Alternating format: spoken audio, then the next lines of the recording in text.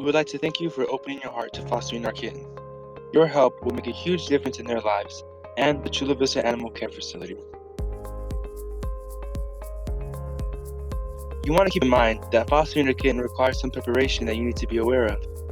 First, you have to examine your house and pet-proof your home with the isolation room and making sure you remove hazards and block hiding spots.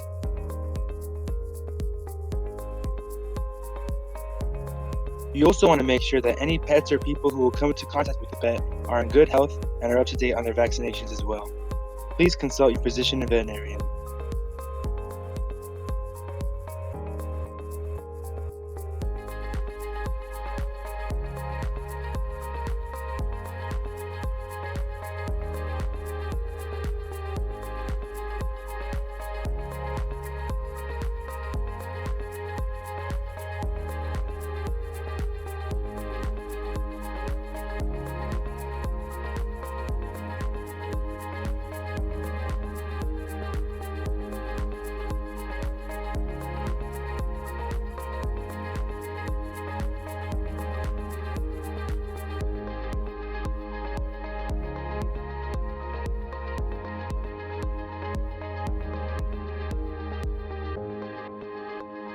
Let's go ahead and do this. And basically, I like using this to mix the formula in just because I can shake it, and you can use a Tupperware container, you can use whatever, but this seems to work really well for me.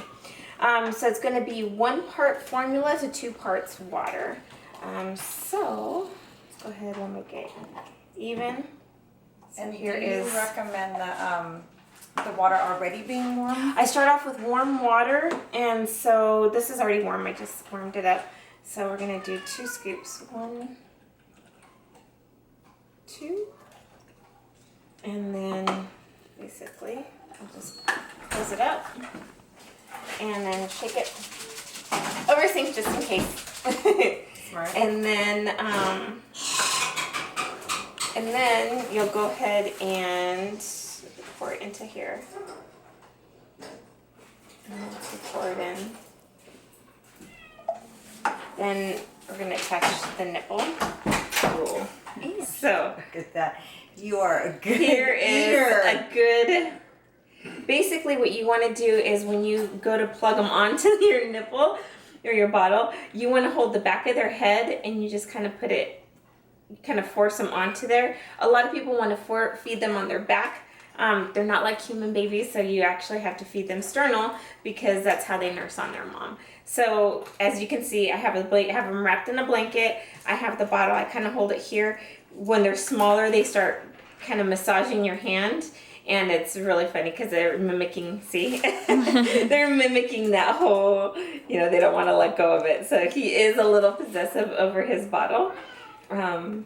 And he is not wanting to eat his gruel yet, but we're still working on transitioning him. But our point is getting him big and healthy. So when they start nursing, you'll see when they latch on how their ears will start to kind of move back and forth. It's really cute. Okay, But if you have a baby that's not latching, how can you if he's help? not latching on, what you can do is you can actually squeeze it and just get some of that milk there, and then they'll start to suckle it. I know. Okay, And so how this do you is know when Southern. they're done? So generally they're done when they stop, or just continue depending on their age, and we can let you know how much they should be eating. But the bottle is marked, so you just kind of want to monitor. So at first it's going to be hard. Usually it takes them a couple days to get used to the nipple. But once they start getting used to it, they'll grab a hold of it just like he did. So, but again, the thing that you want to do is, wrap them up in a blanket, kind of hold them sternal, put your hands behind their head, and then just kind of plug it in this way. But don't ever feed them on their back because you don't want them to aspirate. You don't want them to breathe it in because that's not how they nurse. They nurse on their bellies.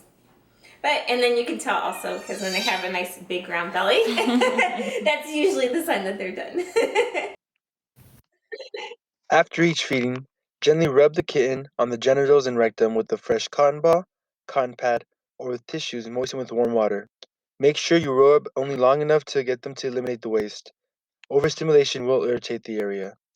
Kittens under 4 weeks of age or not on solid foods will need to be stimulated and kept clean by the foster parent.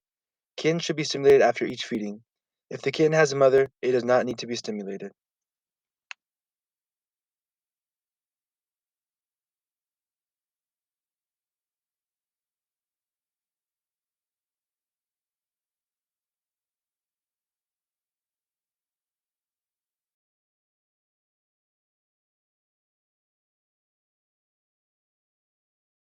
Okay, we're making a milkshake, and so the milkshake basically is going to be for kittens that are about 5 weeks old after they've transitioned from the bottle. Now we have to get them started on solid food.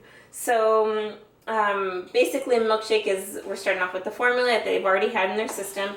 We're going to the dry food. We're making that into kind of a gruel, adding the canned food. So that way we can get as much protein in them as possible and to get them as chunky as possible, as fast as possible, so we can get them adopted. Okay, so first of all, we start off with hot water, and we're going to use a half a cup of hot water and an eighth of a cup of dry kibble. Generally, I like to soak it ahead of time just to make it easier to dissolve in here. So I already have some that's already been set up, and you can see it's already sponging up. So I set it up earlier. So again, this is a half a cup of hot water and 1 quarter cup of dry kibble. Okay, so we're gonna get that and we're gonna pour it into our blender. Okay, into this, we're going to add an eighth of a cup of the formula. So this is the formula you've already been using for the bottle babies. Before that was, we had that separate 1 to 2 of this. Now we're just gonna add this into the formula. So here we have 1/8 of a cup. It's already measured. Add it in. And then now we're gonna add in the canned food. So the canned food is this. Generally, they'll get used to that sound and they'll love it. So you want to add a tablespoon. I don't have a tablespoon, but we have this cute little thing, so we're just going to add a little heaping. It should be about a tablespoon or so. Okay, so now we're going to do this.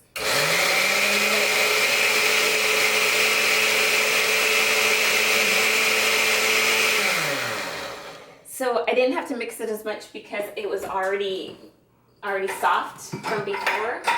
So now we're gonna bring our kitten back with its blanket, and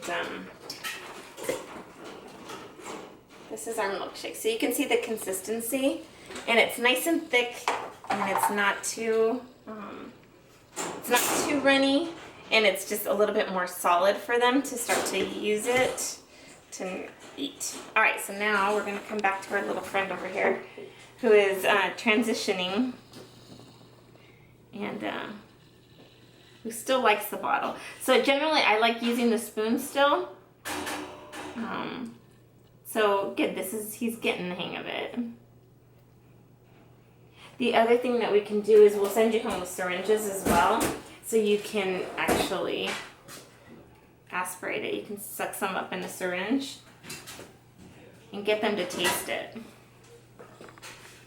So once they start to taste it, then they're like, I think I like it. So this is the hard part, is just getting them used to eating something different, because they're already used to having that formula. And hopefully this has the taste of it. But see, it's not really too runny and it's not too thick, so it's perfect.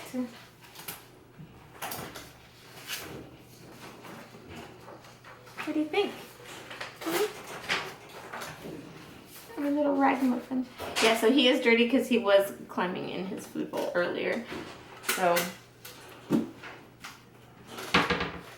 should have given you a bath for your photo moment.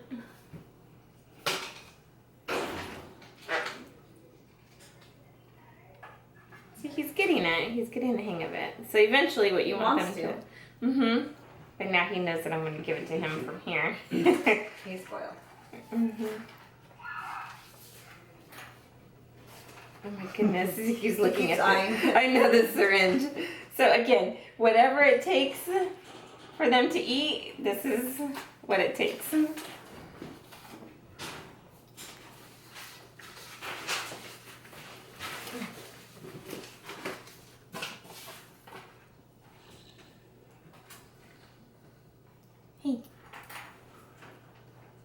All right, so after they start getting onto this, then eventually you can start putting crunchies out as well.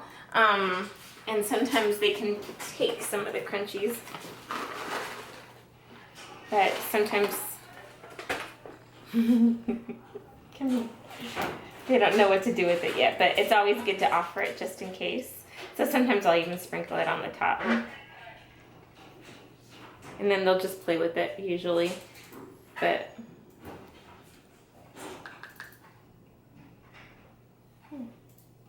here.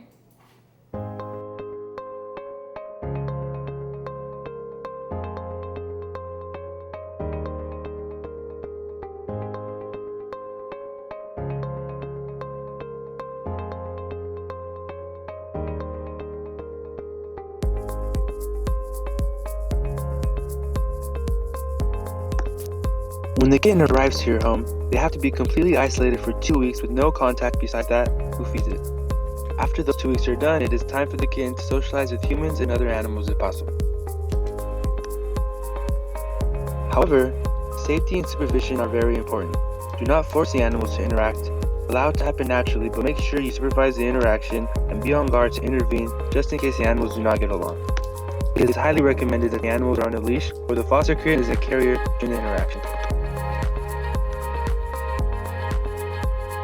When introducing the kitten to kids, make sure they are gentle, careful, and speak quietly. Doing otherwise may scare the kitten. Explain that poking, squeezing, or pooing is not okay. There are a few signs and symptoms you will need to keep an eye out for while fostering kittens. Remember, you are not alone. We will provide you with contact information for the foster coordinator if you have any questions or concerns. If you have a kitten that is suckling other kittens, you need to separate the sucker from the rest of the litter. This behavior could cause medical issues for the receiver. You can provide removed kitten with a stuffed animal to cuddle with and make sure this one receives as much attention as the others.